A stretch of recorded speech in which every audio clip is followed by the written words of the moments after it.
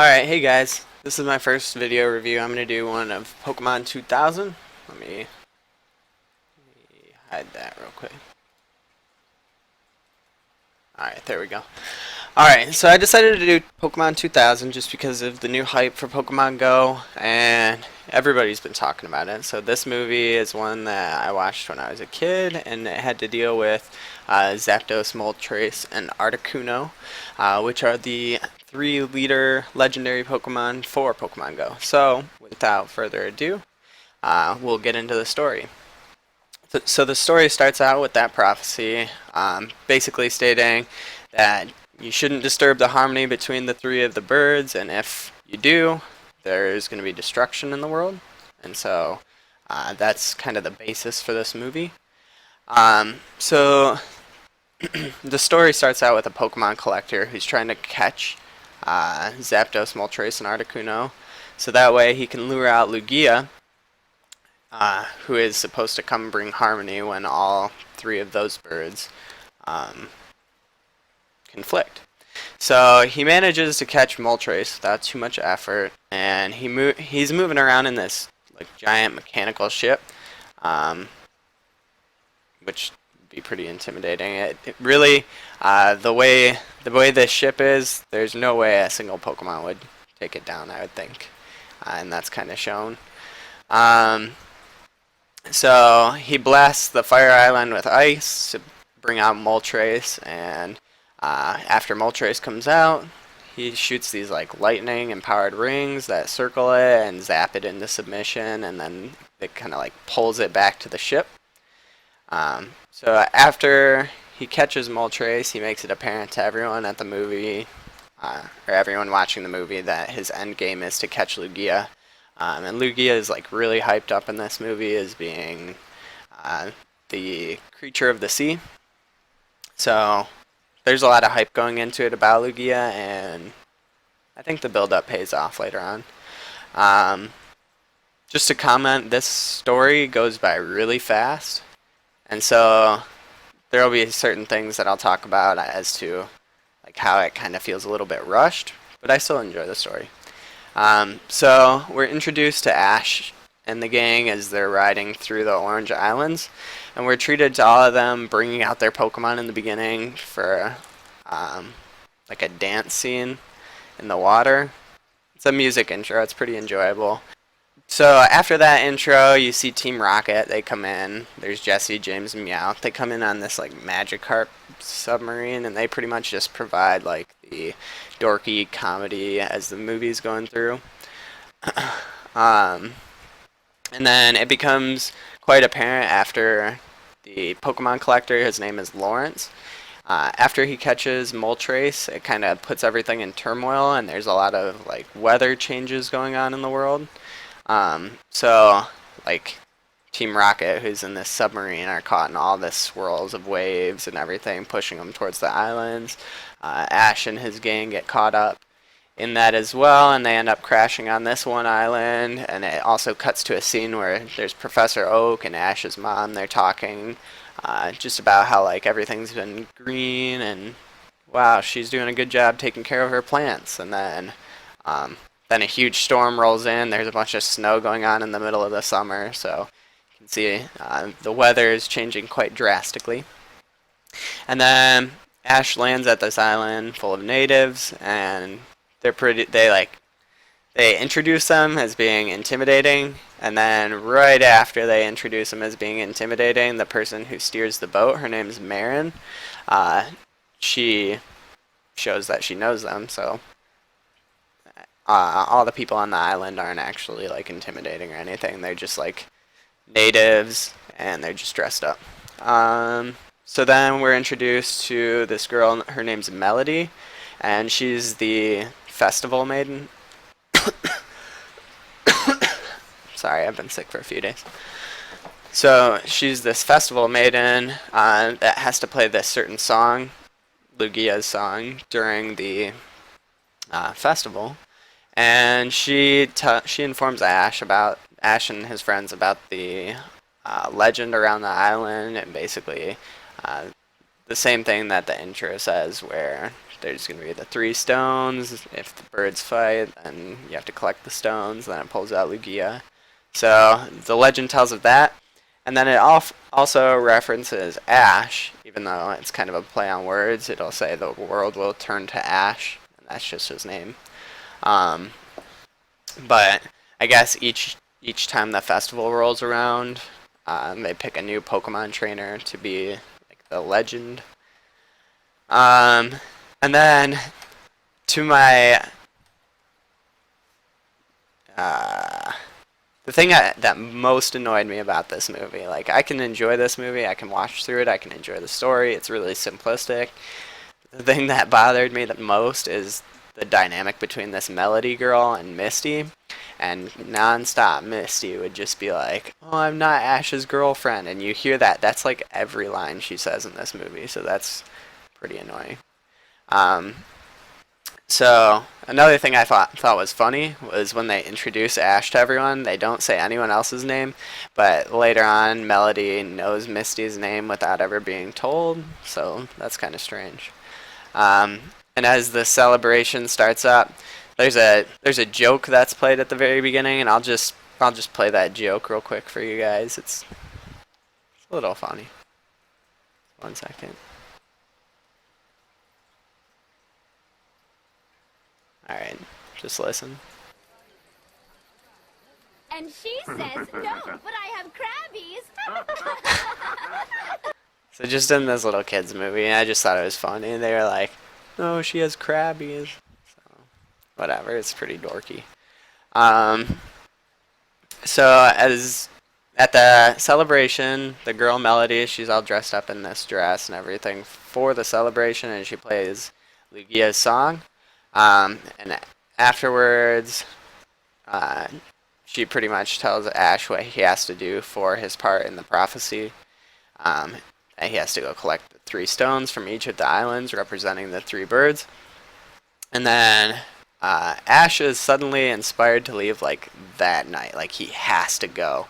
And so kind of the forced progression for the story is right then when he decides he has to go, Pikachu just like grabs his hat and just books it out of the festival place. So that kind of just jump starts the story, I guess. That Pikachu stealing his hat is more than enough motivation to get out of there.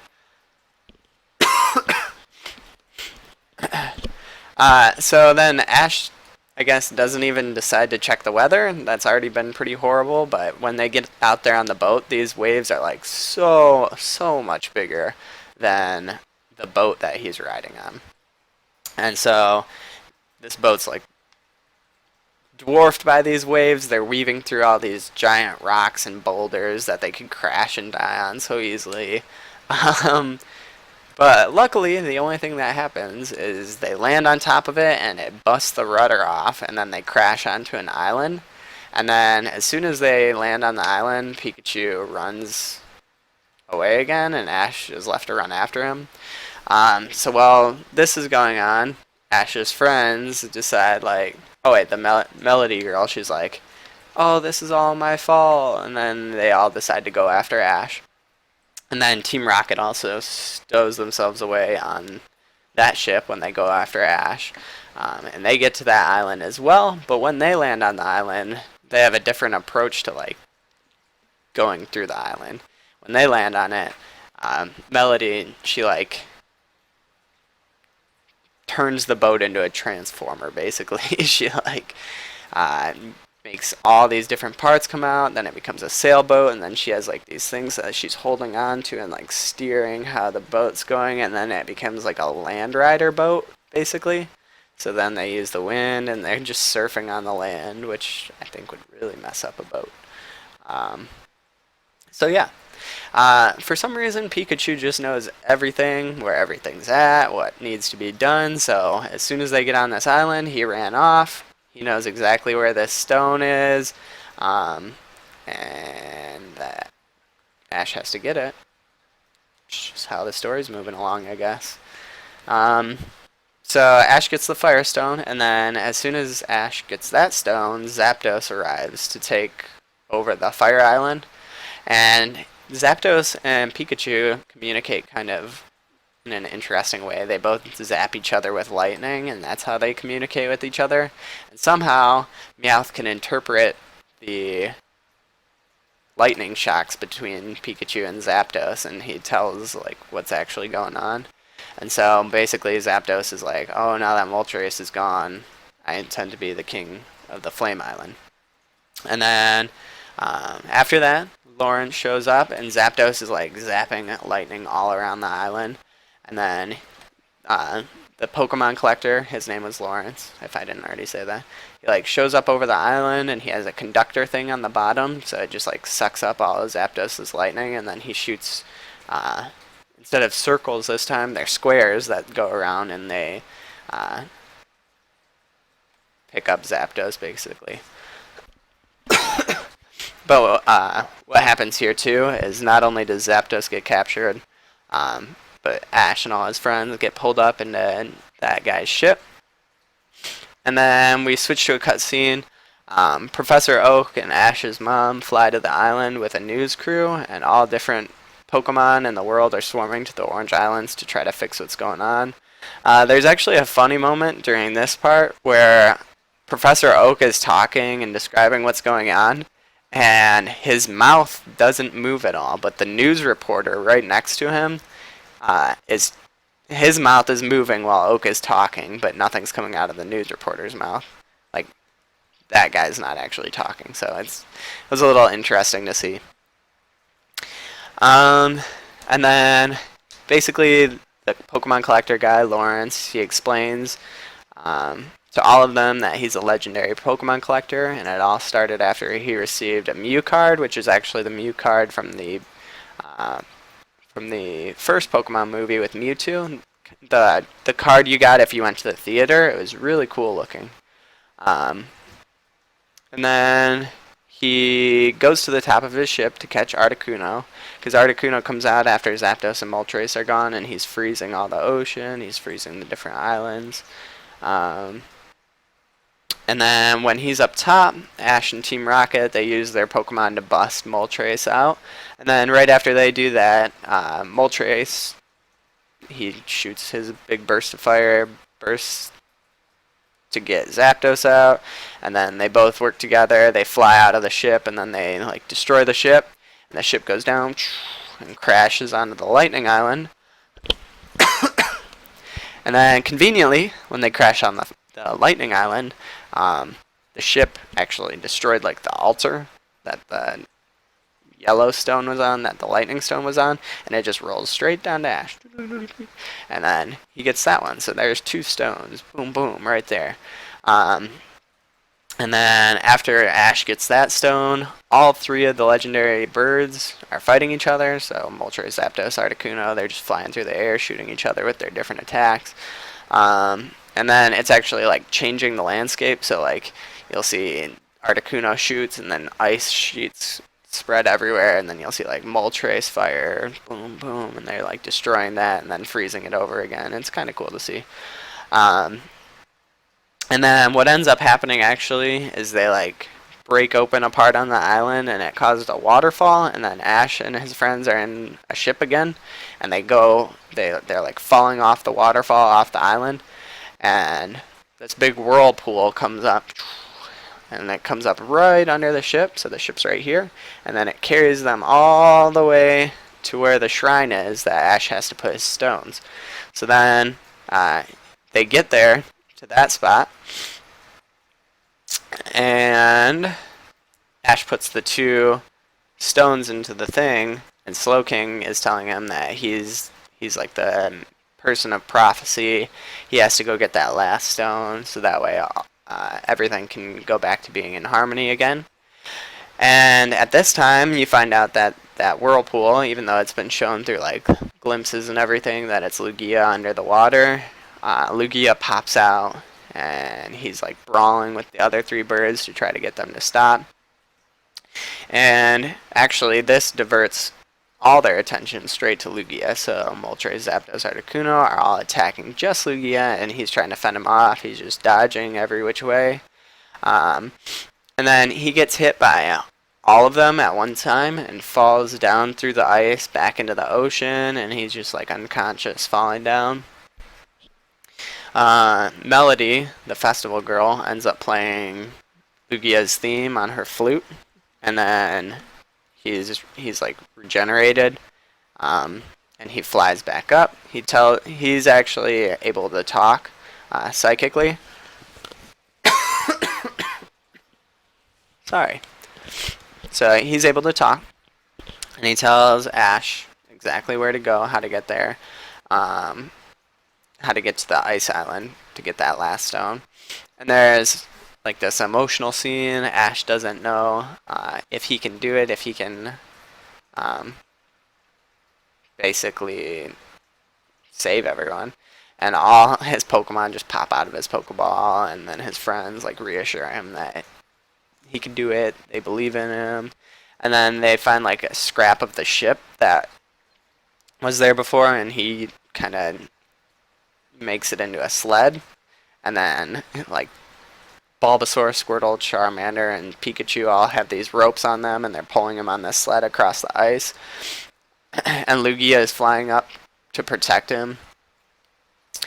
And yeah, so they're going to the ice island. They're all trying to protect him, and then they like blast the ice in front of him, and this huge eruption comes up, and so there's just like unpassable amount of ice, and then his sled gets destroyed or something.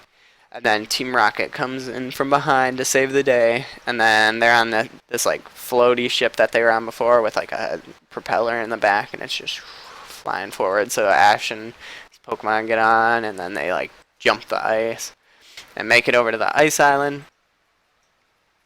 And he gets the ice stone, and then after he gets the ice stone, Lugia picks up, or he has Ash hop onto him, and then Team Rocket's like, oh, wait for us, and they jump up and they hold on to Lugia's leg, so that way he can take him back to the shrine.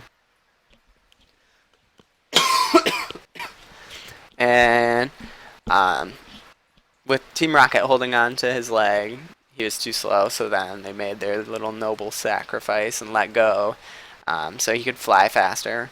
And on the flight back, Lawrence from his broken down ship sends out his version of the rings or whatever to capture Lugia, and then it kind of works. Like they kind of capture him, and then Lugia kind of like freaks out and is sending these big huge beams out of his mouth that look pretty sweet.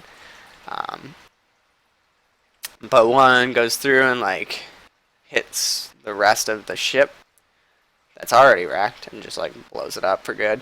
But then Lugia again falls unconscious, and he's like, I failed. And yeah, so then when Lugia goes down, Ash goes down, and Pikachu goes down, and Ash is unconscious, and Pikachu's just like there keeping him afloat. And then Melody was gonna come save him, but then Misty's like, no, I'll do it. And then Misty swims out, saves Ash, brings him back to the island. He gets his consciousness back, and they were going to help him out, but it's kind of like no, it's nothing like the Lord of the Rings scene, because he lets Sam carry him. But anyways, Ash brings his butt up to the shrine, puts the thing in the shrine. Everything around him glows green. This like wave of green water emanates to all the surrounding islands throughout the ocean and everything. And Moltres, Articuno, and Zapdos, they had been knocked unconscious from their battle, and they get restored, and they fly back to their islands. Their islands are stored. Anything that happened to them is restored. And then Ash's mom with Professor Oak shows up, and then another emotional scene. Ash's mom says how he's her world, and she didn't want anything to happen to him, which was sad.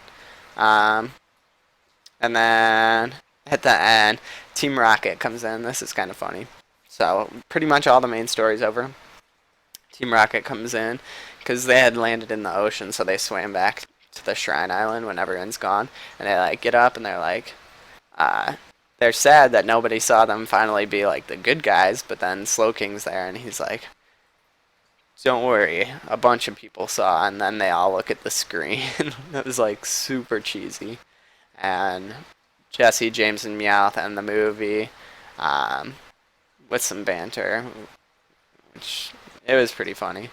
So some pros for the movie, I think they displayed like how strong the legendary birds.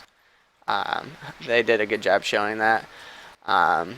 So they were able to deface like landscape with their powers, and also their fighting caused like drastic weather change across the world. That's pretty cool. I thought like the role Ash played was fine, and just like the Chosen One story again. And I actually really like the story, even though it's like super simple.